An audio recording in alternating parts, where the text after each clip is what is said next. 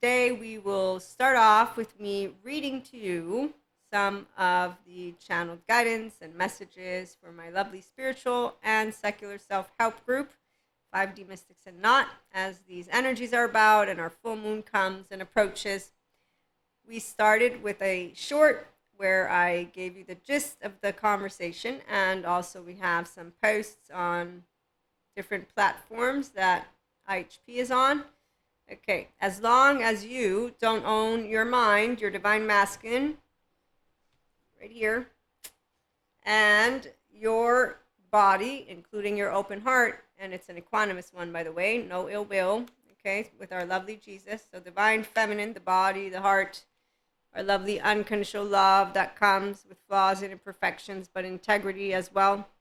And so that's when you're your divine feminine. For those who are feminines, we know because our heart does not close. And in fact, we don't lose our inner child. But for those who do not own their mind or their body, they will always be wielded by someone else.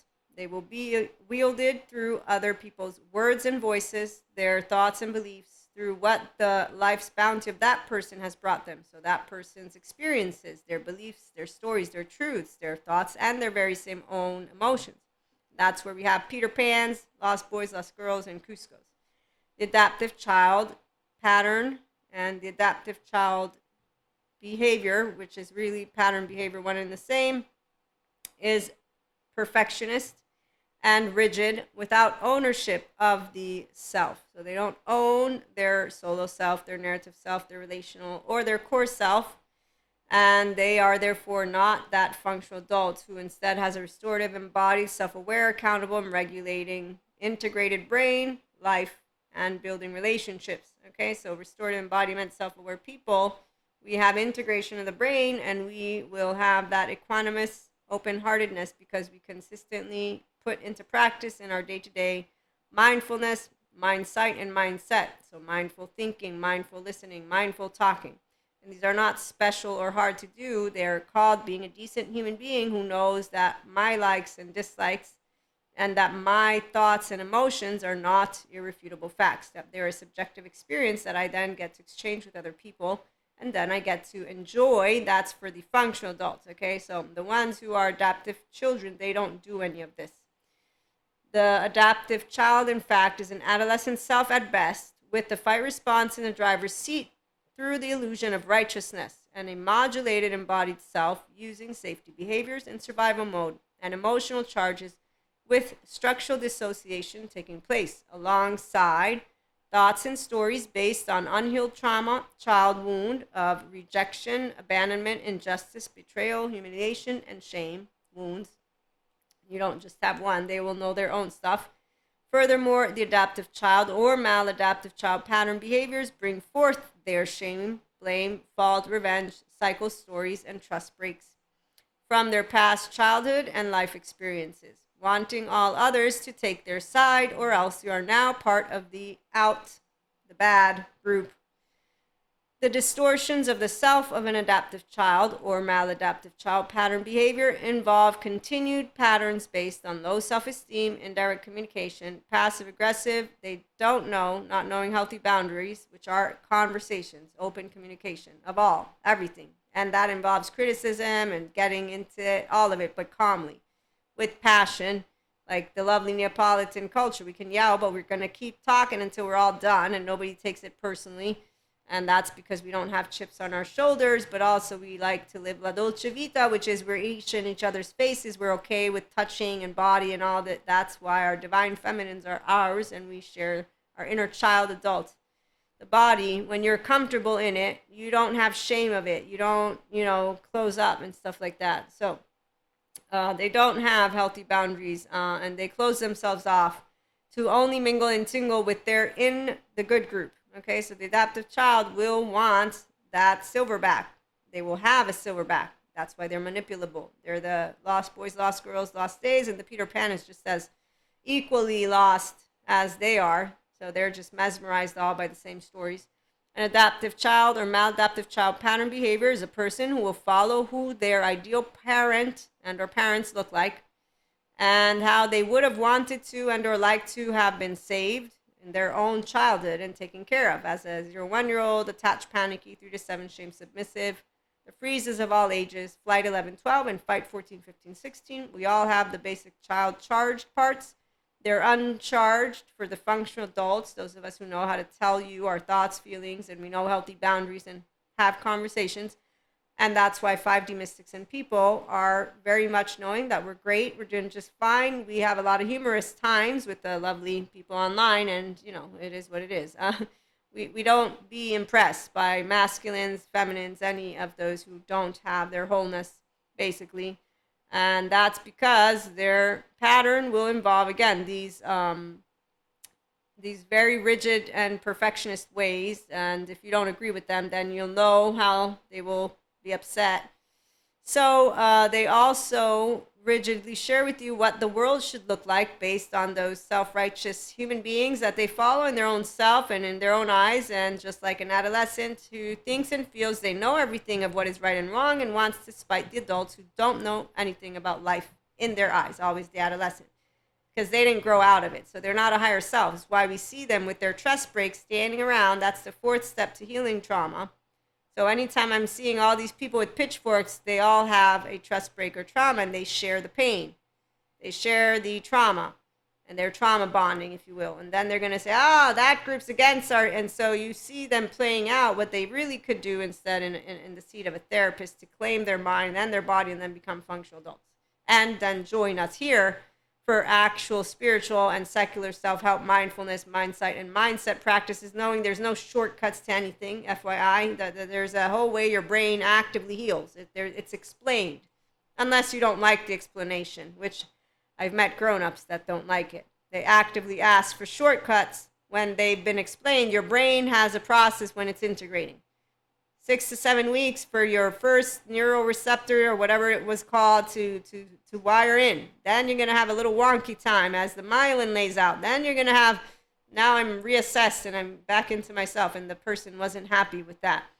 So it took 6 to 7 years for the DID lady to heal from her dissociative identity disorder and have all of her consciousness barriers and memory barriers come down all on her own, with a good therapist, Dr. Daniel Siegel, and this person didn't accept the timing. They said, no, I want a plan for 3 years. And since I'm an online content creator, marketer, entrepreneur, I know what people who don't care about what they're doing. Because see, if you care about what you're doing, you just heard what they said, which means you acknowledge the time it takes, which means you acknowledge math, and I'm not good with math. Not, let me come back in a second time around, interrupt class with another question, but this time let me manipulate my words and reformulate so that you have to answer me the way I want to be answered. And they have very well-spoken human beings who actively will do their best because that's what a creative brain can do. Okay, fine, you didn't accept what I said. So you want a 3-year plan instead of knowing that there's no rush, you can't rush it. Here's what I can try to share with you, even though this is not something that is gonna necessarily work, and then they don't say that part, I'm saying that part. So to me, the human being who's a teenager who didn't hear the instructions, it's like when my teachers in high school gave us an exam, and more than just one, and they said, don't do any of it, and the majority of people, lo and behold, didn't read it. Now, I ask you, viewer, I don't read the little fine prints of all that stuff, but I know I should, because really I should. But I don't, because there's just so much. That's overwhelming. I accept the consequences of that potential not reading. So I won't whine about it if it comes back and bite me in the butt, because I'm actively doing something that I am acknowledging. I would love to read through all of it, but gosh darn it, I'm not a lawyer, and you're writing a bunch of stuff, small print, fine print.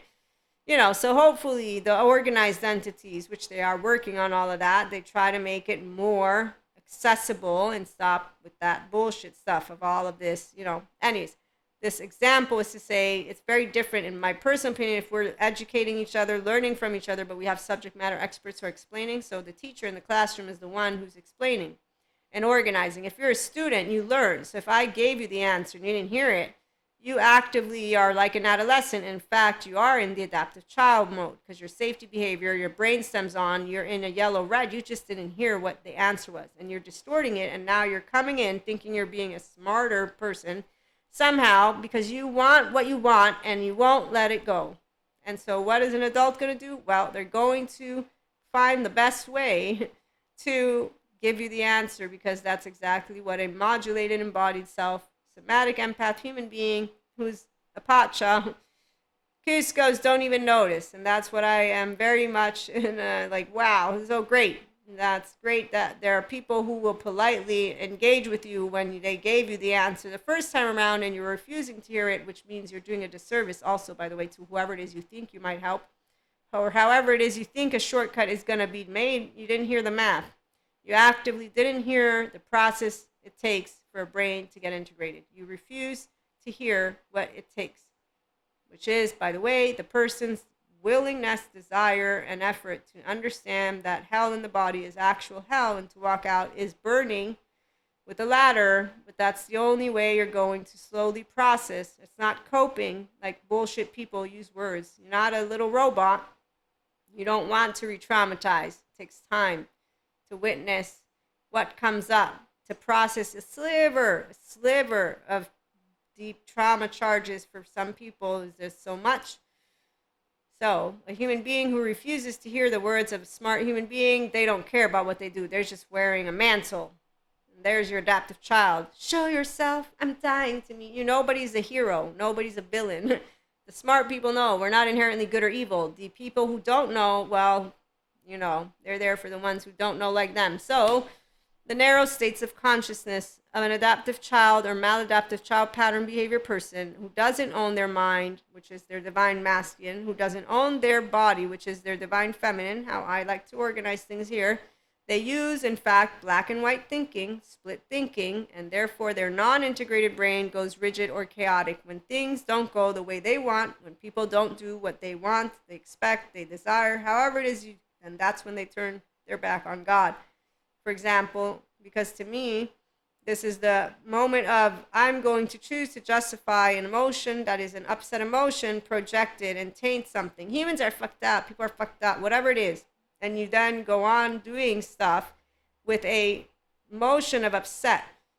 You're not curious. So if you're not curious when you're investigating, you're not in the right energy, is how I'm going to put it. If you're curious, now your social engagement system, that's why kind intention, the 3 pillars of the mind, it doesn't have to be kind, but you have to have some form of neutrality to get to your Jacob brain, the part of, okay, I have thoughts and emotions, likes and dislikes, use my karma. I got internally oriented and outer, Isaac and Abraham. Let me allow myself to sit with my thoughts and emotions. I'm a human, I'm a self. And let me not do black and white thinking or split thinking, because there's no reason, okay? And that's where you become mindfully aware of you. Now I'm accountable, me. I'm going to regulate me into my social engagement. Come on in, Krishna Lila. Shiva and Kali already took place. Okay, so emotions came up. Thoughts came up. What's the deal? No behavior yet. You don't want to have the behavior. That's why mindfully aware, mindfully accountable, mindfully regulating with mindsight, because the sight part is where you have introspection. So stuff's coming up and you don't react. You're trying to first welcome, witness, understand, calibrate. Okay, let me speak my thoughts, emotions to the person in front of me. And that's, I'm a differentiated self who's about to engage in interaction with somebody in a no expectation. So adaptive children, they don't do that. Okay, so they actively just react, which is what you see in a lot of cases, and then they want what they want and da-da-da-da. So until the time of them choosing to basically go to good therapy, they won't move into functional adulthood. So narrow states of consciousness, they don't own, again, their body, their mind. They're not an inner child adult yet. And so when things don't go the way they want, they project their unhealed childhood trauma, the trust breaks, and their subjective reality onto others. With good therapists, they can heal and move into owning their mind and their body. And that's when they have that sensory motor and somatics.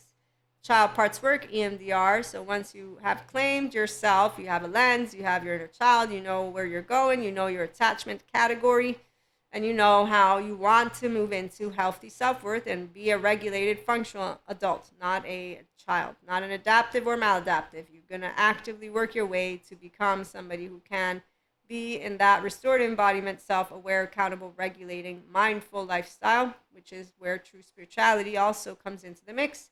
because true spirituality is a life of meaning and connection beyond the soul self.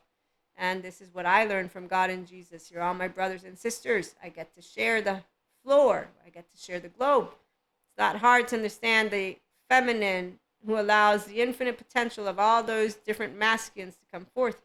It's called your inner and outer well-being comes with integration of the brain, and it comes with you having the earned secure attachment if you didn't have it, and then it comes with you having this restorative embodiment, which you can access in your own timing if you need first therapy, and then you continue it with self-help practices like what we do here, spiritual and secular again. 5D mystics, we are inner child adults who love unconditionally with flaws and imperfections from an equanimous, open, loving heart with integrity, and we love to use the functional adult love language and pattern behavior with each other. So we share mindful, mindsight, and mindset conversations and practices again to create genuine and deep connections, long-lasting relationships with healthy self-worth people. And when we meet Cuscos, we leave it alone. We own our own divine masculine, our mind, and our heart, our divine feminine body. And it's really fun to choose mental, emotional, physical mastery through being mindful people and through the self-awareness, accountability, and regulation skills that an infinite higher human conscious potential life can hold, because you're the one who's pursuing integration of the brain. You're enjoying to be in your restorative embodiment self, and you're choosing the mindset of that and that lifestyle. And it is in that day-to-day when you're engaging with all people. And so it coincides, again, with what spirituality life and the spirituality process is all about. You can join us here to have some more fun. Let me also share with you some of our lovely Sadhguru quotes. It is not because of fear that you have ego. Because of ego, you have fear. I don't use those words in a very specific way, but basically, if you don't own this lovely mind with the body and become that flexible, adaptive, coherent, energized, and stable brain, so you can consistently be mindful again, raise your hand. That's when you'll know the relationship. If you have clairs, you'll already know about what Jesus meant and God and all of that, not with the vengeful ancient textbooks that people use, the ones who have shame. So the ones who have shame, you can tell who they are, by the way. We'll get another episode out. The greatest gift you can give to another human being, a divine feminine, will always know this, and they will always put it into practice, is to accept, respect, and love them. But I will tell you, if your behavior is, there's a door. Fundamentally, every part of the brain is affected by trauma. So that's why if people want to have loving relationships and have empowering ones, they will move into first therapy if need be, and then they will know how to move into more of what we get to do here.